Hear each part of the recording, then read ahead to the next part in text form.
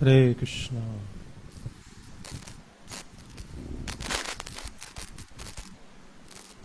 जय राधा माधवा, जय कुंज बिहारी।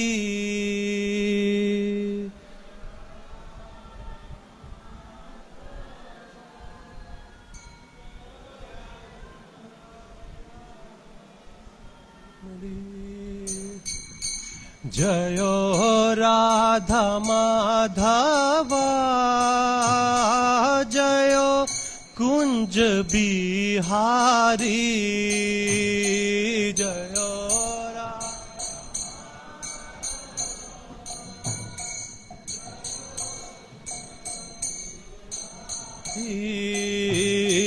जय राधा माधवा, जय कुंज बिहारी।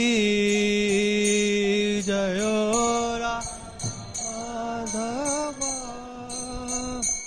जय कुंज बिहारी।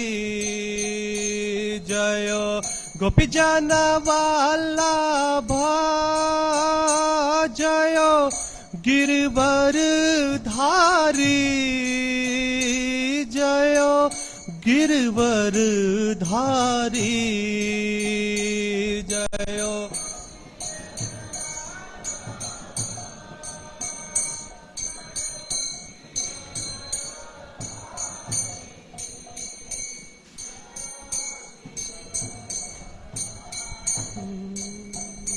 जय गोपीजन वल्लभा, जय गिरवर धारी। जय गिरवर धारी। जय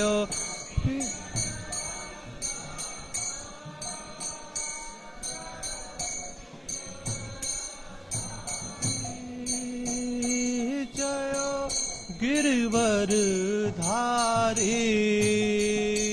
जय यशोदानंदना, जय ब्रज जन रंजना। जय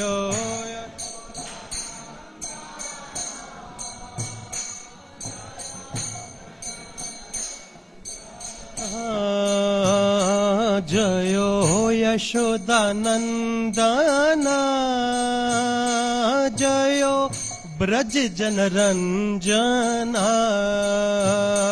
जय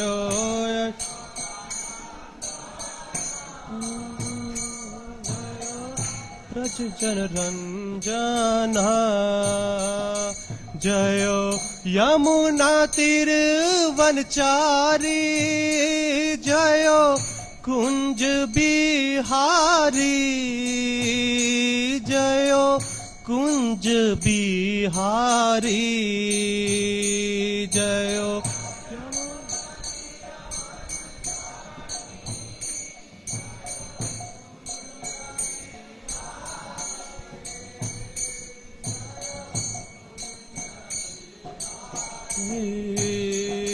जय यमुना तीर वनचारी, जय कुंज बिहारी। जय कुंज बिहारी। जय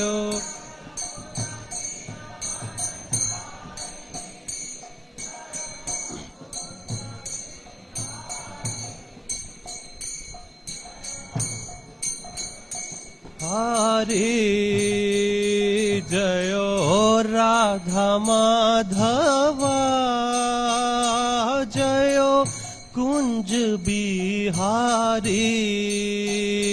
जय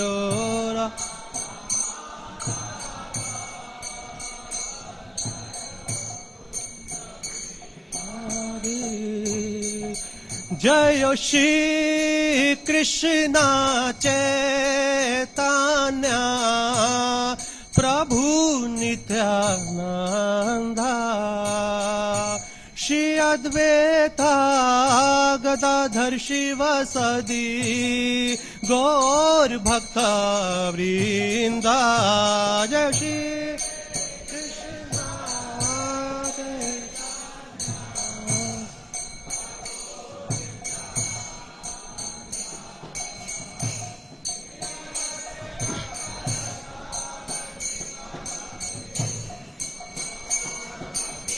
वृंदा जयो श्री कृष्ण चैतन्य प्रभु नित्यानंदा श्री अद्वैता गदाधर शिव सदी गौर भक्त वृंदा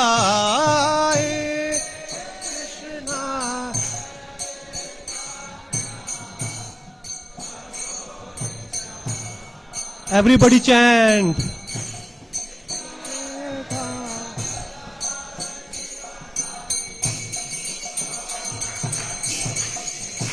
Hare Krishna, Hare Krishna, Krishna Krishna, Hare Hare, Hare Rama, Hare Rama, Rama Rama, Hare Hare, Hare Krishna.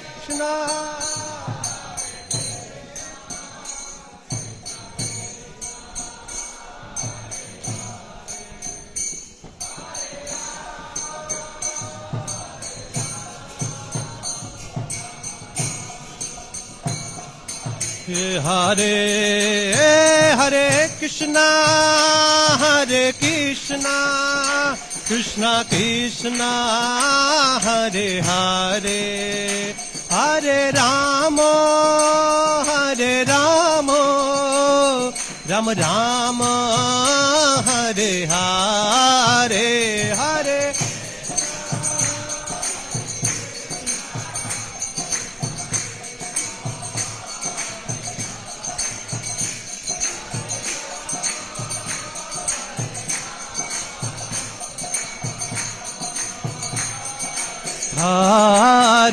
Hare Hare Krishna, Hare Krishna, Krishna Krishna, Hare Hare, Hare Rama, Hare Rama, Rama Rama, Hare Hare,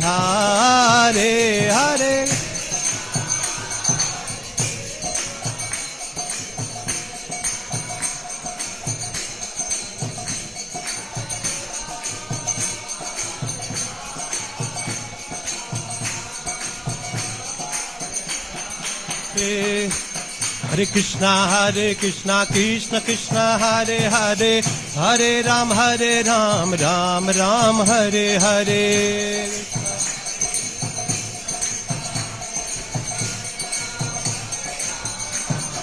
Hare Hare, Hare Krishna, Krishna Krishna, Hare Hare, Hare Ram, Ram Ram, Hare Hare.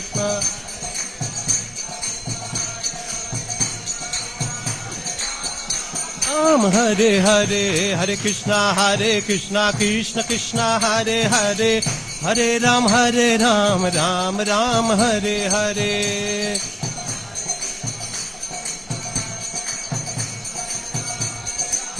Ram Ram, Hare Hare Krishna,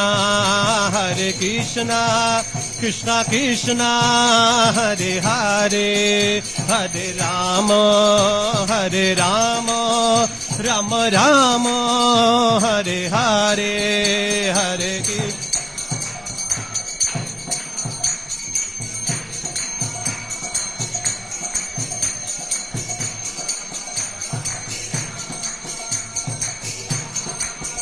Hare Hare, Hare Krishna,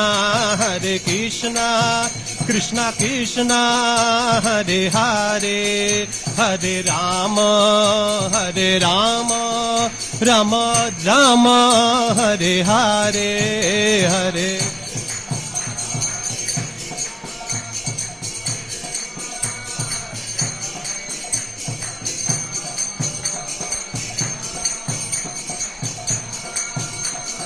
हरे जयो प्रभुपदा जयो प्रभुपदा जयो प्रभुपदा श्रील प्रभुपदा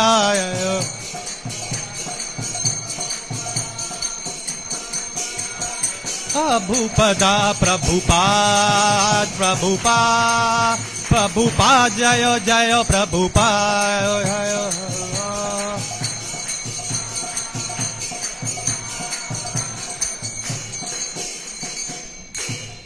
ज्यों विष्णुपाद परमहंस परिव्राजकाचार्य अशोक Srimad divine grace A C Bhaktivedanta स्वामी शिला प्रभुपाद की जय बेबीटी founder आचार्य शिला प्रभुपाद की जय अनंत कोटि वैष्णव वृंद की जय नामाचार्य शिला हरिदास ठाकुर की जय प्रेम से कहो जय श्री कृष्ण चैतन्य प्रभु नित्यानंद श्री अद्वैत दादा शिवासरी गौर भक्त वृंद की जय ग्रंथराज श्रीमद् भागवतम की जय शिला प्रभुपाद की जय।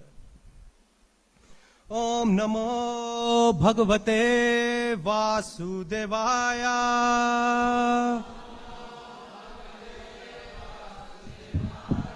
ओम नमो भगवते वासुदेवाय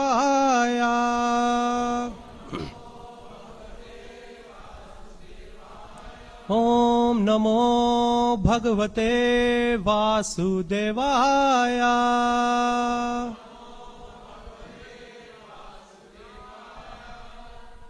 आप सभी भक्तों का हार्दिक स्वागत है आज के श्रीमद् भागवतम क्लास में। तो आज हम पढ़ रहे हैं स्कंद 10वां अध्याय 14। अध्याय का नाम है ब्रह्मा द्वारा कृष्ण की स्तुति एंड वर्स नंबर 56। वस्तुतो जनतामत्रा कृष्णं स्तश्नुचर्ष्णुच भगवद्रूपम् अखिलम् नान्यत् वस्त्वैः किञ्चन वस्तुतो जनतामत्र कृष्णं स्तश्नुचर्ष्णुच भगवत रूपम अखिलम नान्यद् वस्त्वहि किंचन वस्तुतो जनतामत्र कृष्णं स्तश्नुचर्ष्णुच भगवत रूपम अखिलम नान्यद् वस्त्वहि किंचन। प्लीज। वस्तुतो जनतामत्र कृष्णं स्तश्नुचर्ष्णुच भगवद् रूपम् अखिलम् नान्यद् वस्त्वहि किंचन वस्तुतो जनतामत्र कृष्णं स्तश्नुचर्ष्णुच भगवद् रूपम्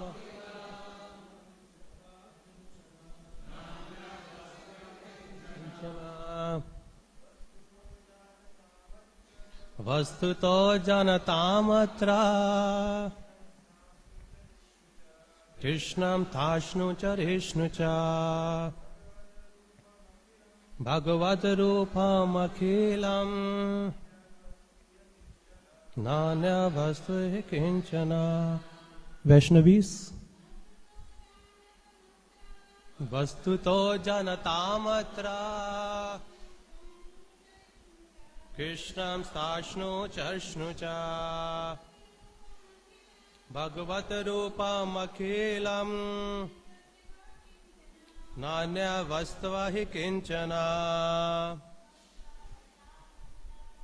वस्तुतो जनतामत्र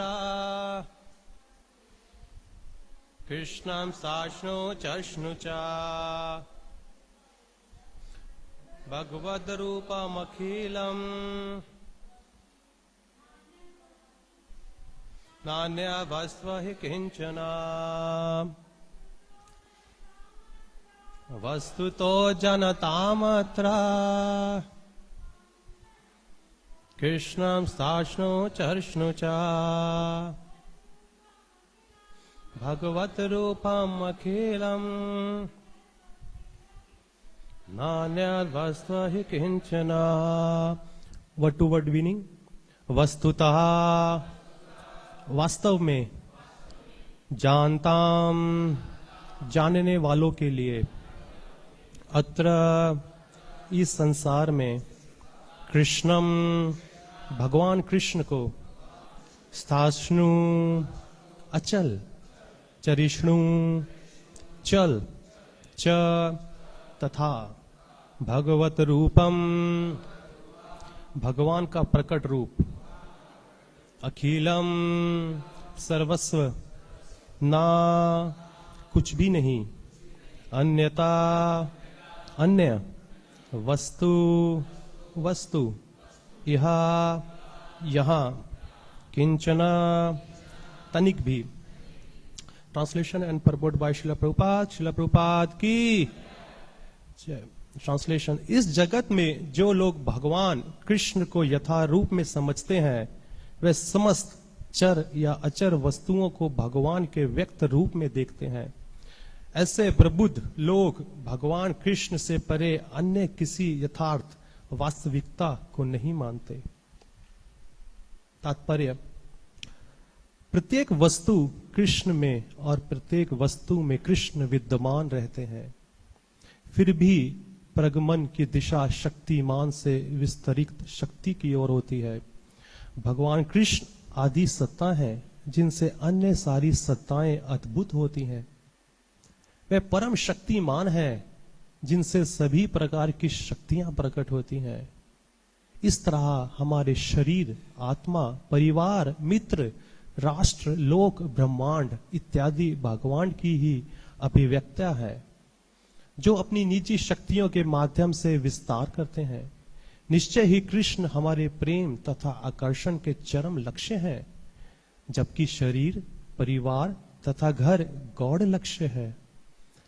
यही नहीं, प्रेम के ये गौड़ लक्ष्य भी कृष्ण की ही अभिव्यक्ता है। निष्कर्ष यही है कि भगवान कृष्ण हमारे एकमात्र मित्र तथा प्रेम के लक्ष्य हैं। श्रील प्रभुपाद ने इस श्लोक की टीका भगवान श्री कृष्ण में इस प्रकार की है: कृष्ण का अंश हुए बिना कोई भी वस्तु आकर्षक नहीं बन सकती। विश्व में जो भी आकर्षक है वह कृष्ण के कारण है, अथवा कृष्ण समस्त आनंद के आगार है। कृष्ण हर वस्तु के सार है और उच्च अध्यात्मवादी प्रत्येक वस्तु को उनसे संबंधित देखते हैं। चैतन्य चरितामृता में कहा गया है कि महाभागवत अर्थात उच्च श्रेणी का भक्त कृष्ण को समस्त चराचर जीवों का सक्षम आधार मानता है, इसलिए वह इस जगत के प्रत्येक वस्तु को कृष्ण से संबंधित देखता है। ओम अज्ञानतिमिरन्धस्य ज्ञानञ्जनशलाकया चक्षुन्मीलितं येन तस्मै श्री गुरुवे नमः। श्रीचैतन्यमनोभीष्टं स्थापितं येन भूतले स्वयं रूपा कदा मह्यं ददाति स्वापदान्तिकम्। हे कृष्णा करुणा सिंधो दीनबंधो जगतपते गोपिशा गोपिका कांता राधा कांता नमस्तुते। तप्त कांचना गौरंगी श्री राधे वृंदावनेश्वरी विश्वभानुसुते देवी प्रणमामि हरिप्रिये। नमो विष्णुपदाय कृष्ण प्रस्थाय भूतले श्रीमते भक्ति वेदांता स्वामिनिति नामिने। नमस्ते सरस्वते देवे गौरवाणी प्रचारिणी निर्विशेषा शून्यवादी पश्चाते देशतारिणी।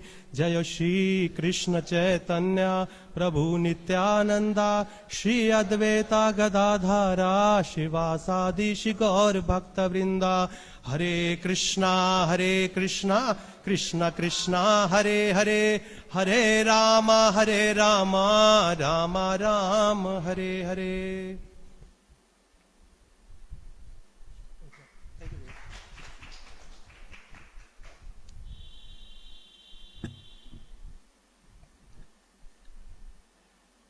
जब मैं यहाँ पर आया 2 दिन पहले, मैंने एक पिक्चर देखा, वो वॉल के साथ में ही था, क्योंकि आप लोगों ने भी देखा होगा कि ब्रह्मा जी वो प्रेयर्स कर रहे हैं भगवान श्री कृष्ण को। तो वैसे से मेरे ख्याल में आया कि काफी अच्छी फोटो है और इनकी प्रेयर हमको पढ़नी चाहिए अच्छे से। It is worth to know. तो 2 दिन बाद प्रभु जी ने मुझसे पूछ लिया कि आप दे दो क्लास अपने विष्णु वाहन प्रभु। मैंने कहा दैट्स, ये तो बड़ी अच्छी बात है, भगवान के बारे में ब्रह्मा जी कर रहे हैं प्रेयर, तो अंदर आते सारी आपकी जो डिजायर है वो ऐसे फुलफिल हो रही है। तो ये जो वर्ष है, ये भगवान के जो परम भक्त है, जो शुद्ध भक्त है, उनका विजन क्या होता है वो उसके बारे में बता रहे हैं। भगवान के शुद्ध भक्तों का विजन कि कैसे वो हर चीज में भगवान देखते हैं और भगवान को हर चीज में देखते हैं। वो ये स्थिति पे आना, स्टेज पे आना, ये आसान बात नहीं है। इसके लिए कड़ी मेहनत करनी पड़ती है, उस विजन को देखने के लिए। हम लोग बद्ध जीव हैं, इस भौतिक संसार में जन्मों जन्मों तक फंसे हैं। आप ब्रह्मा भुवन लोका पुनरावृतनो अर्जुना। ब्रह्मा जी से लेके नीचे तक, एंट तक, चींटी तक आते जाते रहे हैं, अनगिनत जन्म लिए हैं हमने। अपने असली स्वरूप को ना पहचान पाने के कारण हम बार बार इस भौतिक जगत में जन्म लेते आ रहे हैं। श्रील प्रभुपाद जी ने की कृपा से अब हमें यह जन्म मिला हुआ है और ये चांस मिला हुआ है कि हम भगवान के बारे में जान सकें, और ना केवल उनके बारे में जान सकें बल्कि दूसरों को भी बता सकें। और इसके लिए सिर्फ एकमात्र है गुरु के आदेशों का पालन करना, सिंसियरिटी के साथ और डिटर्मिनेशन के साथ। भगवान खुद ही बोलते हैं भागवत गीता में और श्रीमद् भागवतम के कि मैं खुद ही नहीं जानता हूं कि मेरी कितनी शक्तियां हैं, कितने मेरे खुद के ताकत है। तो जब वो खुद ही नहीं जानते हैं तो एक भौतिक जगत का तुच्छ जीव वो कैसे क्लेम कर सकता है कि मैं भगवान को जानता हूं। अब मैं 13 साल से मेलबर्न में रह रहा हूं, तो वहां पे जब हम प्रचार के लिए जाते हैं, बुक्स वगैरह डिस्ट्रीब्यूशन करने के लिए और होम प्रोग्राम में, तो ये देख के आश्चर्य होता है कि जो हिंदुस्तान से लोग आए होते हैं वो भगवान को ना जानते हुए सीधा बोल देते हैं कि मैं भगवान, हाँ कृष्ण उनको तो जानते हैं, जैसे कि इनकी बुआ का लड़का है, सीधा बोल देते हैं हाँ उनको अच्छी तरह से जानते हैं, वही ना जिसकी 16,000 रानियां थी। क्या सिर्फ यही आइडेंटिफिकेशन रहेगी है भगवान की 16,000 रानियां, इसके ऊपर नहीं है? क्या इसके ऊपर नहीं है? ऐसे व्यक्ति खुद अपने आप को नहीं पहचान पाते हैं तो भगवान को पहचानने का कहां से दायित्व रखते हैं? ये बहुत मुश्किल है।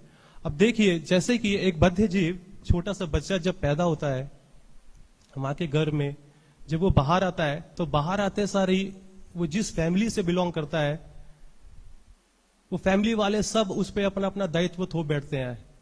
देख तेरा पिता हूं मैं, तू so and so Sharma ji की फैमिली से है, भारद्वाज जी की फैमिली से है, उसके ऊपर टैग लगाना शुरू कर देते हैं। तो मां बोलती है नहीं ये मेरा पुत्र है, इसमें मेरा हक है। दादी आती है, अरे मेरा पोता है। दादू आता है, मेरा पोता है।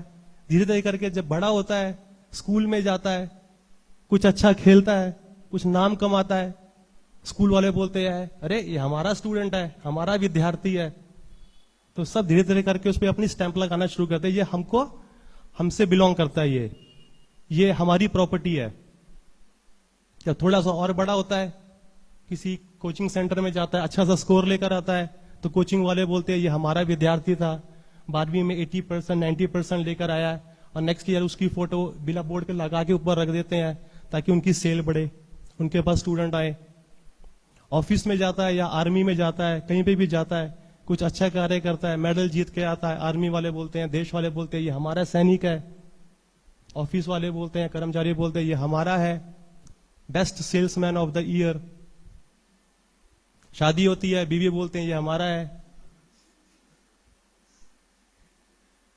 और पति बोलता है पत्नी हमारी है, उस पर मेरा अधिकार है। बच्चे पैदा होते हैं, ऐसे ऐसे करते करते उसकी पूरी लाइफ निकल जाती है इसी अंधकार में और इसी अज्ञानता में कि एक्चुअली में था किसका। धीरे धीरे करके जो उसको क्लेम करते जा रहे थे ये मेरा मेरा, वो सब छूटते जा रहे थे इस संसार में धीरे धीरे करके। पर वो फिर भी सोचता रहता था, हाँ मैं अपनी माँ का हूं, मैं अपने पिताजी का हूं, मैं अपने बीवी का हूं, अपने पति का हूं, जैसे भी है आगे आगे चलता जाता है ये अज्ञानता के कारण। तो जब वो किसी लायक नहीं हो जाता, जब वो बूढ़ा हो जाता है, तो वही बीवी, वही पति, वही बच्चे धीरे धीरे करके उससे कन्नी काटनी शुरू कर देते हैं, क्योंकि वो इस लायक नहीं हो जाता कि उनका भरण पोषण कर सके। तभी तक तो तुम हमारे हो जब तक तुम हमें पैसे देते रहे हो। अब मैं एक टूटे फर्नीचर की तरह कोने में पड़ा हूं, वहां अब कोई नहीं पूछता है मुझे, तब उसे भगवान का चिंतन याद आता है, और तब वो भागवत गीता उठाता है और श्रीमद् भागवतम उठाता है। आप सभी भक्त यहां पर है, आप सब ने भक्ति शास्त्री और कई सालों से आ रहे हैं, सुना है कि आत्मा के ऊपर दो तरह की कवरिंग होती है, स्थूल और सूक्ष्म। स्थूल में क्या आता है? भूमिर अपो नलो वायुर, खम मन और बुद्धि ए वचा। श्री श्री जगन्नाथ बलदेव सुंदरमाई की जय, श्री श्री कृष्ण बलराम की जय। स्थूल शरीर जो पंच महाभूतों से बना है, सूक्ष्म शरीर जो 3 चीजों से बना है। अब देखिए भगवान श्री कृष्ण 8वें अध्याय भागवत गीता में पहले ही कह चुके हैं, भूमिर अपो नलो वायुर खम मन और बुद्धि एवचा अहंकार इदियम में भिन्न प्रकृति अष्टदा। जो पंच महाभूत है वो मुझसे ही निकले हैं, मेरी ही शक्तियां हैं। और जो सूक्ष्म है, सटल बॉडी है, फॉल्स ईगो, इंटेलिजेंस और माइंड, वो भी मेरी ही है। तो कवरिंग किसकी हुई? भगवान की दोनों। फिर आगे भगवान बोलते हैं ममई वंशो जीव लोके जीव भूता सनातना, कि ये जो आत्मा है, जो अंश है, ये मेरा ही अंश है। ममई वंशो, माई अंश। तो सोल भी किसकी हुई? भगवान की। ग्रॉस बॉडी भी भगवान की, सटल बॉडी भी भगवान की, आत्मा भी भगवान का। तो किसके हुए हम? भगवान के। मगर अंधकार में आए हुए इस जगत में हमने कहीं ना कहीं ये मान बैठे हैं कि हम ये फलानी फलानी घर से बिलोंग करते हैं, फलानी फलानी देश से, राष्ट्र से, जो कि यहां पे लिखा है प्रभा ने। इस तरह हमारे शरीर, आत्मा, परिवार, मित्र, राष्ट्र, लोक, ब्रह्मांड इत्यादि भगवान के विद्या है। मगर हम ये मान बैठे हैं ये हमारे हैं। क्या ये मानना सही है? बिल्कुल नहीं है। भगवान हर जगह पर्याप्त है। उनका एक अनदर नाम है विष्णु, जो कि अदर शक्ति से है, पुरुषावतार। विष्णु, वासुदेव, उसका मतलब है ऑल परवेडिंग, जो हर जगह व्यक्त है। विष्णु का नाम ही है हर जगह व्यक्त होना, ऑल परवेडिंग। तो कैसे है वो हर जगह व्यक्त? कैसे मान सकते हैं कि वो हर एटम में है, जो कि भागवत गीता बोलती है, हर कोने में है, हर जगह पे है। बहुत सारे लोग बोलते हैं ना कि मंदिर जाने की क्या जरूरत है, भगवान तो हर कण कण में है, हर जगह है। आपने एक श्लोक का सुन लिया कहीं आते जाते मंदिर में, भगवान हर कण में है तो मंदिर क्यों जाएं? तो जब हर कण में है तो मंदिर में क्यों नहीं है? तो मंदिर में क्यों ना आए? क्या आपके पास वो नजरिया है? क्या आपके पास वो आंख है देखने की कि आप हर कण में देख सकते हैं भगवान को? अभी उस लायक हुए हैं हम? क्या आपकी योग्यता उस लायक बन चुकी है कि आप हर जगह, हर पेड़, हर पक्षी, हर व्यक्ति, हर योनि में, कुत्ता, बिल्ली, सांप, हर जगह आप भगवान को देखें? क्या ये योग्यता प्राप्त हो चुकी है आपको? नहीं, ये योग्यता अभी प्राप्त नहीं हुई है। जिनको नहीं आना होता है, आध्यात्मिक जीवन से नहीं जुड़ना होता है, वो भागवत गीता का ही ये एक श्लोक लेकर कि भगवान हर कण में है, पूरा जीवन बिता देते हैं मंदिर ना आके। बड़ा दुर्भाग्य है ऐसे व्यक्तियों का। किसी भी चीज को प्राप्त करने के लिए उसकी एक योग्यता होनी चाहिए, उसकी एक क्वालिफिकेशन होनी चाहिए। मैं जानता हूं आप सब में भक्तों में यहां बैठे होंगे, कोई आईटी होगा, कोई डॉक्टर होगा, आर्किटेक्ट होगा, कुछ भी होगा। एक एक डिग्री को प्राप्त करने के लिए 3-3, 4-4, 5-5, 6-6 साल लगते हैं। अब कोई 12वीं पास किया हुआ बच्चा अब आर्किटेक्ट बनना चाहता है या डॉक्टर बनना चाहता है, वो सीधा ही ब्रोशर लेके बोले कि डिग्री दो मुझे, बताओ कैसे डॉक्टर बनते हैं, मेरे को दिखाओ, चाकू का है, मैं अभी ऑपरेशन करूंगा। ये संभव नहीं है, ये संभव नहीं है। उसको एक इंस्टीट्यूशन, एक विद्यालय, एक गुरु की तलाश में है जहां से वो शिक्षा प्राप्त करेगा। हर चीज का एक स्टेप होता है, ABCD होती है, उसका एक फाउंडेशन होता है। वो फाउंडेशन उसका स्ट्रांग बनता है, उसके एग्जाम्स होते हैं टाइम टू टाइम, हर 2-3 महीने में एग्जाम्स होते हैं। फिर एक फाइनल एग्जाम होता है जो उसको फिर नेक्स्ट ईयर, सेकेंड ईयर में डालता है, फिर थर्ड ईयर में डालता है। फिर जब वो डिग्री प्राप्त करता है तो फिर एक प्रमाणिक डॉक्टर जो कि सालों साल से प्रैक्टिस कर रहा है, उसके अंदर जाकर वो प्रैक्टिस करता है अनदर 4, 5, 6, 7 ईयर्स। थ्योरी है, प्रैक्टिकल है, दोनों जरूरी है। जब 8, 10, 15 साल वो लगा के जब वो डॉक्टर बोलता है कि हाँ अब तुम मेरे साथ अच्छे से सीख गए हो, अब तुम जाके खुद की अपनी प्रैक्टिस करो। एक भौतिक जगत की डिग्री लेने में इतनी कड़ी मेहनत करनी पड़ती है, 10, 15, 20, 25 साल लग जाते हैं, तब भी वो मूर्ख सीखता नहीं है। और यहां पे आध्यात्मिक जीवन जिसमें जन्मों जन्मांतर निकल जाते हैं, वो अंदर आता ही मंदिर में ये क्लेम कर बैठता है कि मैं जानता हूं भगवान को। अपने आप को पहचान पाना बहुत मुश्किल है। भगवान प्रभुपाद जी हमारे कहीं पे भी लेक्चर शुरू किया है, उन्होंने हमेशा जो फाउंडेशन रखी है, नींव यही रखी है कि भाई साहब हम लोग आत्मा है, शरीर नहीं है।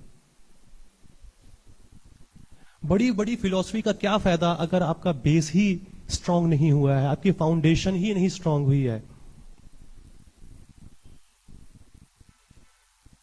वो फाउंडेशन को स्ट्रांग करना बहुत जरूरी है। भक्ति में भी फाउंडेशन जो नींव है उसको स्ट्रांग करना बहुत जरूरी है। अब देखिए हम लोग अपने घर परिवार में, हमारे माता पिता, नाते रिश्तेदार हैं, सबने कहीं ना कहीं कोई घर बनाया है, बिल्डिंग बनाई है।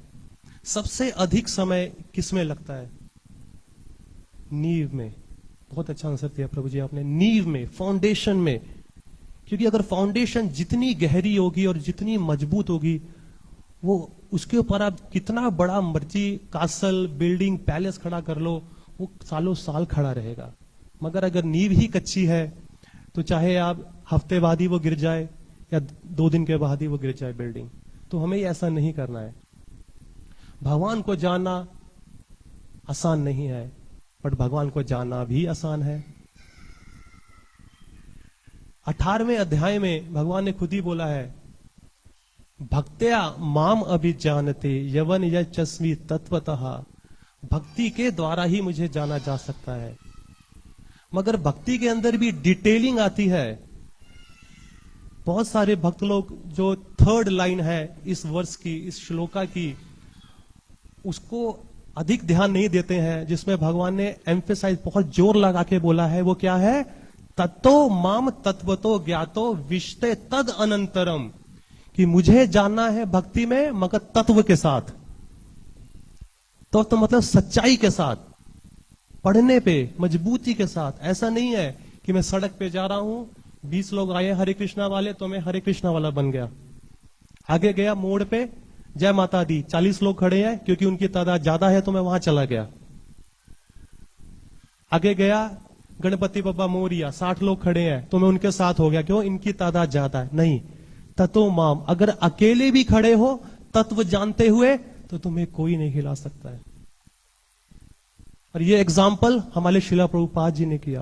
पूरी दुनिया एक तरफ थी, शिला प्रभुपाद जी के वचन, उनकी निष्ठा भगवान पे, अपने गुरु पे एक थी कि भगवान श्री कृष्ण ही सर्वमात्र एक अखिल ब्रह्मांड नायक है।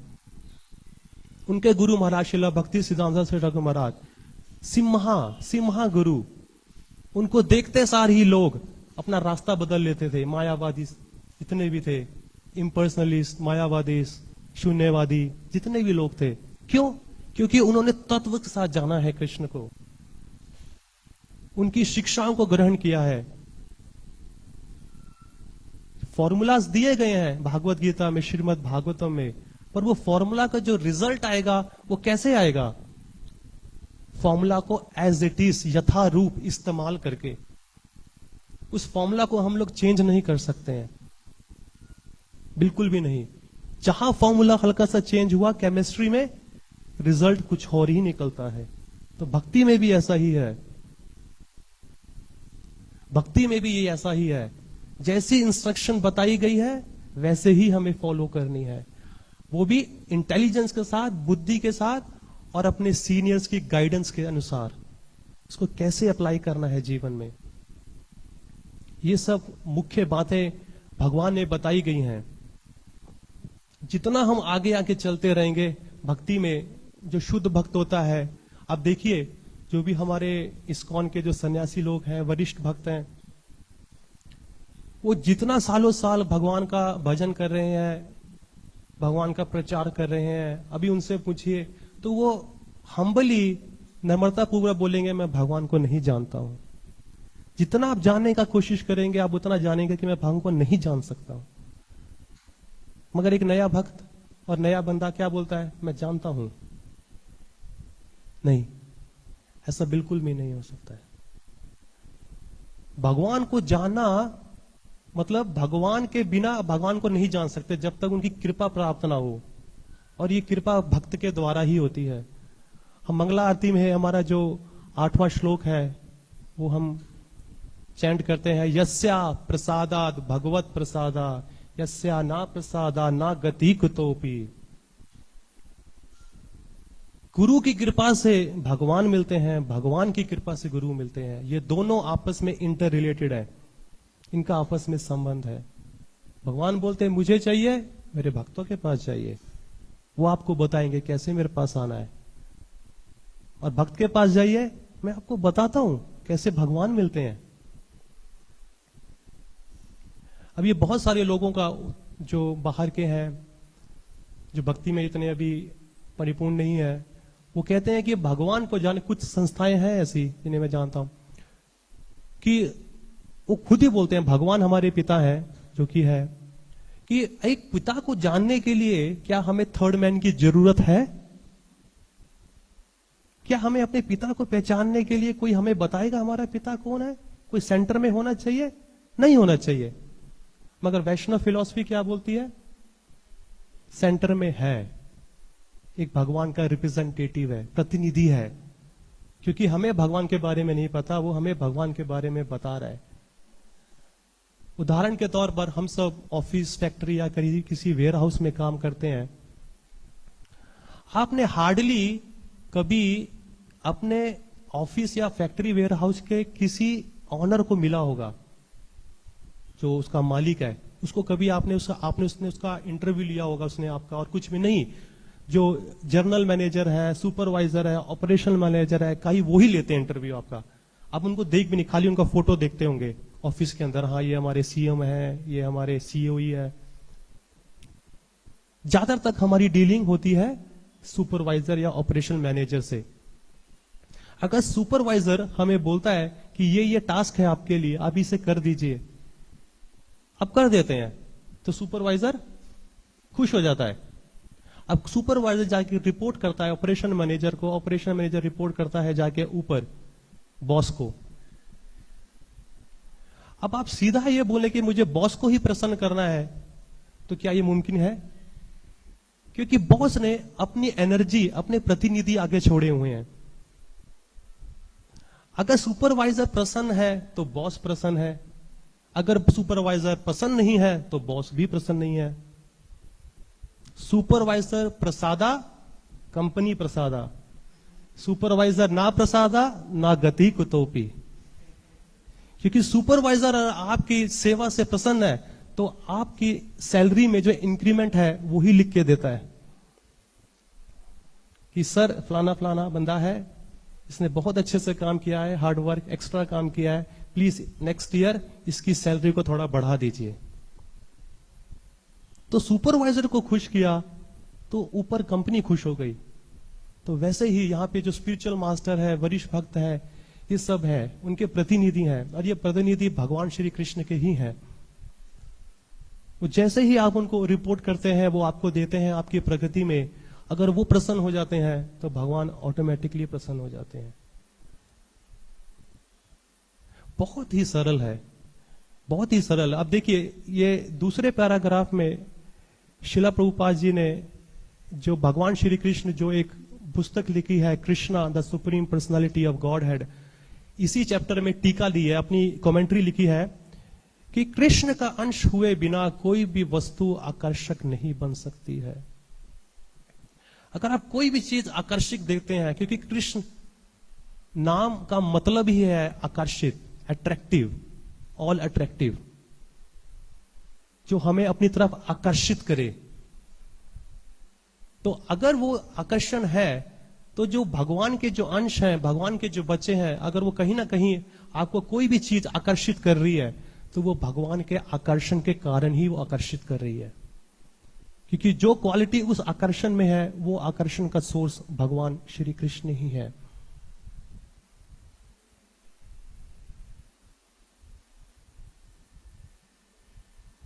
चैतन्य चरितामृत में कहा गया है कि महाभागवत अर्थात उच्च श्रेणी का भक्त कृष्ण को समस्त चराचर जीवों का सक्षम आधार मानता है, इसलिए वह इस जगत की प्रत्येक वस्तु को कृष्ण से संबंधित देखता है। ये कौन देख पाएगा इतना कुछ? किसके पास है इतनी दृष्टि? 5वें अध्याय भागवत गीता में भगवान खुद ही बोलते हैं, विद्या विनय संपन्ने ब्राह्मणे गवि हस्तनी सुनी चैव स्वपाके चा पंडिता समदर्शिना। जो विद्या विनय संपन्न, जो विद्याओं में संपन्न हो चुका है, वेद शास्त्र का अध्ययन करके तपस्या करी है, भगवान के नाम का जप किया है, सालों साल भगवान की सेवा करी है, भगवान का प्रचार किया है, ऐसा भक्त वो देख सकता है। क्यों? क्योंकि वो कृपालु होता है। अब ये कैसे समझे कि हाथी, गाय, कुत्ता खाने वाला, इन सबको वो एक समान देखता है? अब ब्राह्मण है, दो पैर वाला है, हाथी 4 पैर वाला है, कुत्ता 4 पैर वाला है, जो कुत्ता खाने वाला है वो दो पैर वाला है। तो कैसे देखे वो सबको एक समान? ऐसा भक्त वो उस शरीर के अंदर बैठे परमात्मा को इक्वली देखता है। आध्यात्मिक तौर पे वो सबको एक समान देखता है। भौतिक जगत में, भौतिक दृष्टि से वो डिस्क्रिमिनेशन करता है थोड़ा बहुत, मगर आध्यात्मिक तौर पे, आध्यात्मिक स्तर पे वो सबको आदर प्रणाम करता है। अब कैंटो स्कंद 4 में चैप्टर नंबर 3 में एक परपोर्ट में मैं कल पढ़ रहा था, तो प्रभुपाद जी लिखते हैं अपने तात्पर्य में कि जब एक शिष्य अपने गुरु को दंडवत प्रणाम करता है, तो कभी कभी गुरु भी करते हैं उनको दंडवत प्रणाम, तो नहीं मतलब हाथ जोड़ के, तो क्या वो शिष्य से छोटे हैं या शिष्य को ऊंचा मानते हैं? या नहीं, वो शिष्य के अंदर बैठे परमात्मा को प्रणाम कर रहे हैं, क्योंकि वो प्रसन्न होते हैं कि यह आत्मा इस जन्म में भगवान की तरफ चलने के लिए उत्सुक हो चुकी है। ये विजन एक उच्चतम श्रेणी का आता है भक्त, वो ही देखता है। अभी हम उस श्रेणी में नहीं हुए हैं। कोई हमसे अच्छे से बात ना करे, हमें अच्छे से खाने को ना दे, आदर ना करे, तो नेक्स्ट टाइम हमारे प्रति उसका नजरिया कुछ और हो जाता है। हम आंख भी नहीं मिलाते हैं, हम सर झुका लेते हैं, हरे कृष्णा भी बोले तो मुंह घुमा के साइड हो लेते हैं। ये हमारी परिस्थिति है। मगर शुद्ध भक्त करो ना करो कोई फर्क नहीं पड़ता उनको, क्योंकि वो इन सब मान सम्मान से सबसे ऊपर है। वो उनको ना कुछ खोने का डर है, ना कुछ पाने का डर है। इसमें ये चलते रहता है। अब देखिए, भागवत गीता का जो 6वां अध्याय है उसका जो 30 श्लोक है, भगवान स्वयं कह रहे हैं अर्जुन को, यो माम पश्यति सर्वता सर्वच मयि पश्यति तस्याहम ना प्रणश्यामि सच में ना प्रणश्यति। ट्रांसलेशन, जो मुझे सर्वत्र देखता है और सब कुछ मुझ में देखता है, इसके लिए ना तो मैं कभी अदृश्य हूं और ना वह मेरे लिए अदृश्य है। सेम ट्रांसलेशन जो आज का परपोर्ट बोल रहा है, जो आज का श्लोका बोल रहा है, वो सेम भगवान भागवत गीता में बोल चुके हैं। अब ये जो कन्वर्सेशन हो रही है, ये जो वार्तालाप हो रही है, जो हम आज के वर्ष में पढ़ रहे हैं, किसके बीच में हो रही है ये वार्तालाप? कौन है वो दो पर्सनालिटीज? कि चैप्टर का नाम तो ब्रह्मा द्वारा कृष्ण की स्तुति है। कोई बताएगा? Sorry,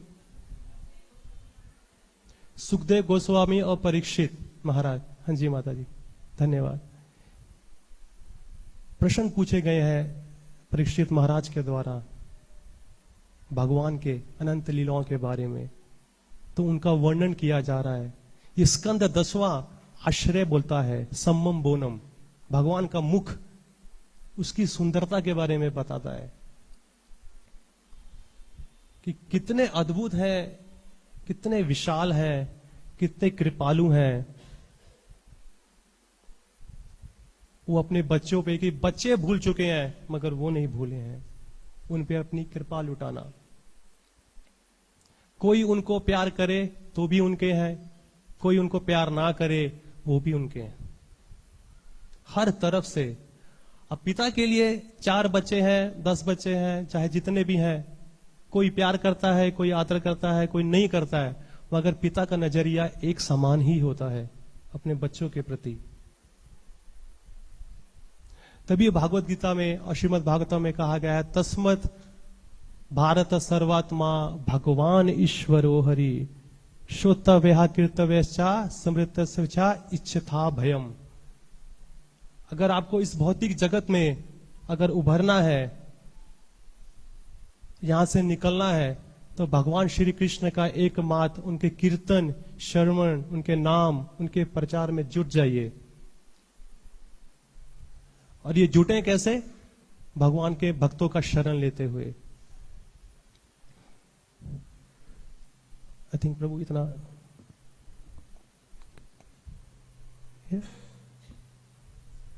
sorry question answer. Okay, मैं यहाँ पे थोड़ा विराम देता हूँ आज के लिए। अगर किसी भक्त का कोई प्रश्न है, कोई करेक्शन है, कोई।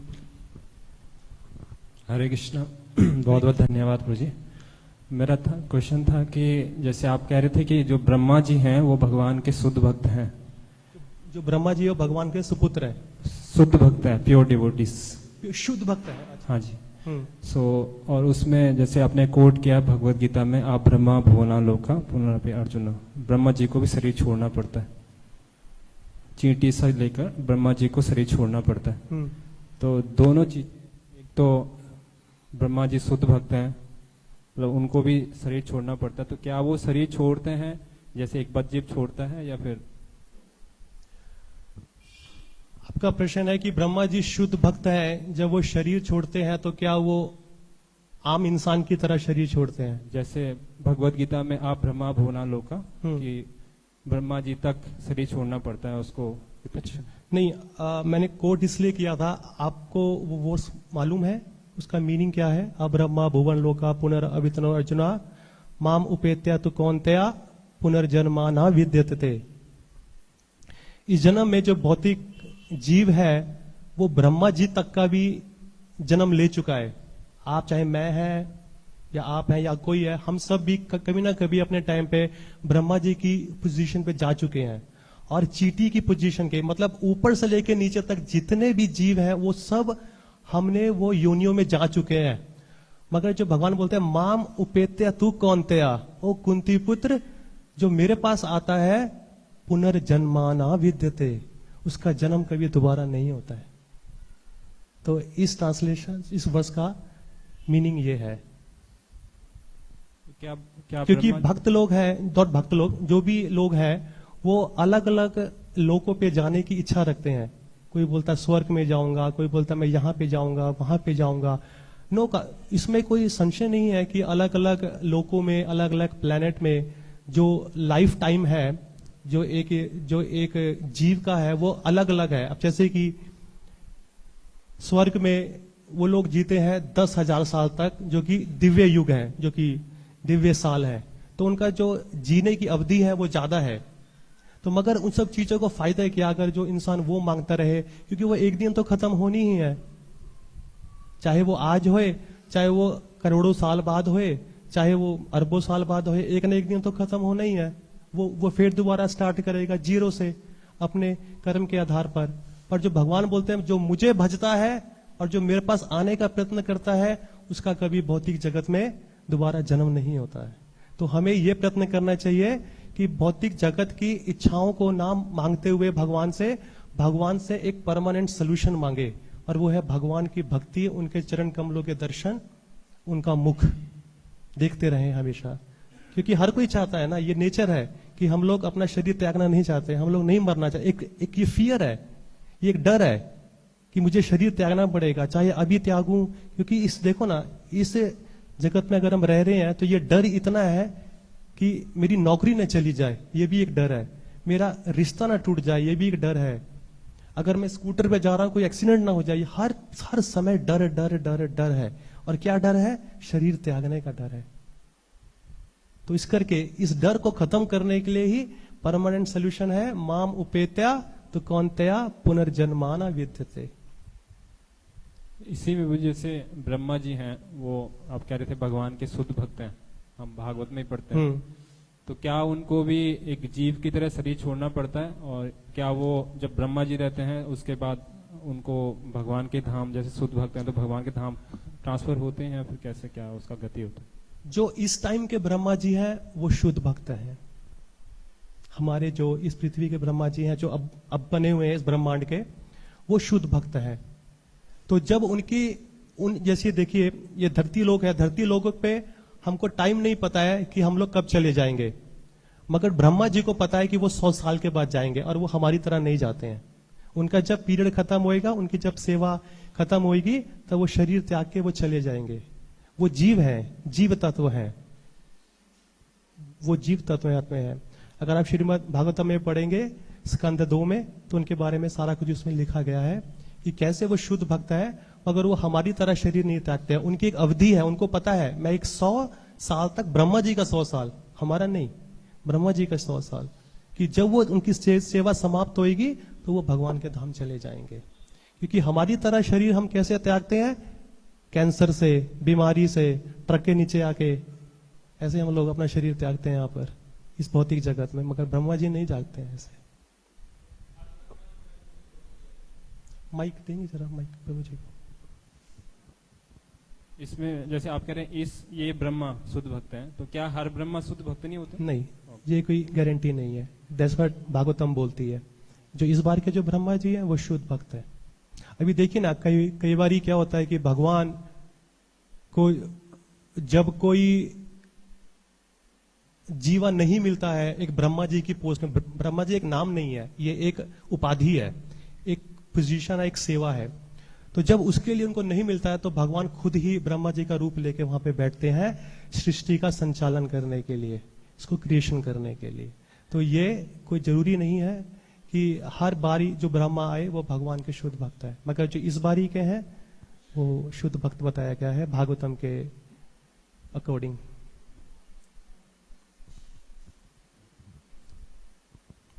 हरे कृष्णा। हरे कृष्णा प्रभु जी। तो जैसे आपने कंपैरिजन किया कि कैसे कोई डॉक्टर या इंजीनियर, आर्किटेक्ट बनना चाहता है तो उसके लिए उसको इतनी योग्यता प्राप्त करनी पड़ती है, एडमिशन लेके कई सालों तक पढ़ाई करके। तो उसी का कॉरेस्पॉन्डिंग भक्ति जीवन में क्या करिकुलम है, या वहां पे तो कुछ होता है कि 3-4 साल के बाद कुछ नॉलेज है, कुछ स्किल्स है। भक्ति जीवन में हर चीज बहुत सटल भी होती है, और ऐसा लगता है कि उसमें होता है कि 6-8 घंटे आप इंस्टीट्यूट गए, उसके बाद आपका अलग जीवन है। यहाँ 24 घंटे भक्ति का ही करिकुलम चल रहा है, हर चीज, और इसका कोई पासिंग क्राइटेरिया वो डेथ के समय है। तो इसको कैसे समझ सकते हैं? देखिए, जो भौतिक जगत की जो विद्याएं हैं उनका एक टाइम फ्रेम है ना। भौतिक जगत की मैं बात कर रहा था यहाँ पे, उसका एक टाइम फ्रेम है जो कि टेम्परेरली है वो सब। मगर अब जो आध्यात्मिक जीवन कर रहे हैं वो एटर्नल है, उसका कभी अंत नहीं है, उस स्टडी का कोई अंत नहीं है। और जो भौतिक जगत की जो अगर आर्किटेक्ट डिग्री लेते हैं, जो उसके टीचर होते हैं, वो खुद ही बोलते हैं ये 3 साल का कोर्स है, ये 5 साल का कोर्स है, तो ये आपको 8 घंटे पढ़ना है, जो कि उस कोर्स की रिक्वायरमेंट है। जो कि ऐसा अगर आपको ये चाहिए तो आपको इतने घंटे और इतने साल तक, 5-6 साल तक पढ़ना है। मगर आध्यात्मिक जीवन के जो टीचर हैं भगवान श्री कृष्ण, उन्होंने एक करिकुलम तैयार किया, सततम कीर्तयन्तो माम।